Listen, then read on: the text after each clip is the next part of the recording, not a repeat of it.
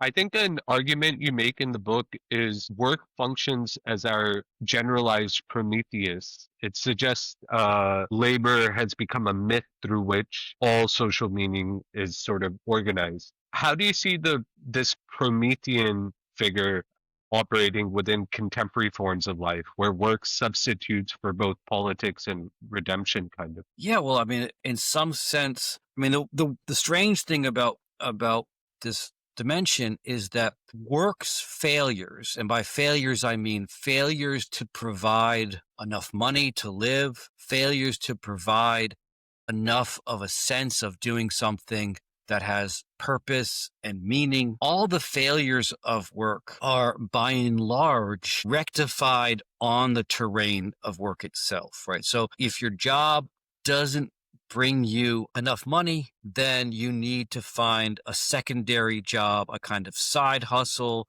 The way in which in many societies, the gig economy, the forms of driving for Uber or delivering meals or whatever else, or renting out your place to live, or these things are presented as kinds of work that can supplement the failures of work itself. And then if you add to that the sort of creative side of the gig economy, the idea that you should take whatever hobby you have and monetize it and, sell that on the side. And there you're offered not just more money, but also the sense that maybe your secondary work will provide you more of a sense of what it is you truly desire. So that this generalized Prometheus is this sense in which in all the failures of work are addressed on the terrain of work itself. And to take another pop culture example, and I apologize, I know that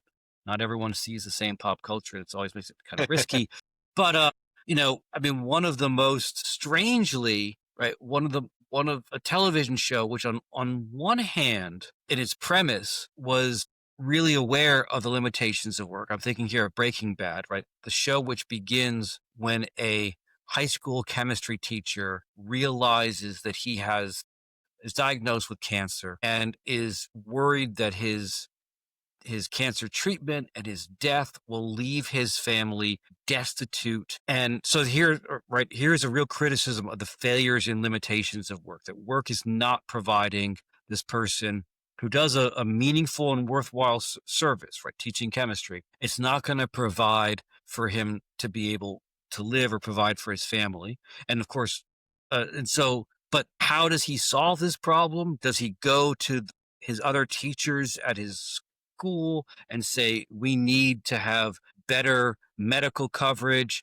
Let's go on strike until we get better medical coverage. No, he doesn't do that. He, in some sense, takes on, I mean, it's an illegal and illicit side gig, but he takes on a side gig to produce meth, to Yeah. produce a drug. And in some sense, it becomes his way of, I mean, it's the ultimate side gig because it redefines his life, his purpose. It gives him a sense of accomplishment while also giving him material wealth.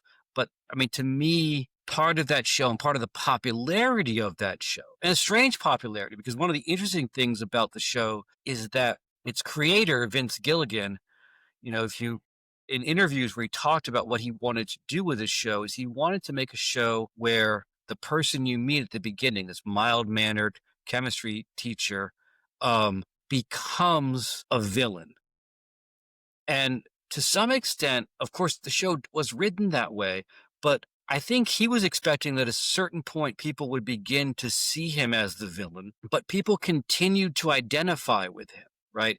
Identify to him to the point where, T-shirts of his alter ego, Heisenberg, the criminal mastermind, were kind of popular. And the phrase, right? One of the things that also happened, at least in English, is the phrase, let him cook, became kind of a general phrase to be used to anyone who is doing something and doing something well. Was this idea that, like, let him cook, let him do the thing he does well, and let him reap the material and symbolic rewards of that. Became a kind of, I mean, like, the figure of Heisenberg became kind of a folk hero, not in that way that folk heroes of criminals have become sort of folk heroes of kind of resisting the law and breaking free, but kind of a folk hero of the hustle grind mindset, of this idea that if work isn't giving you what you need, you just have to work harder and smarter and better, and you will get everything you need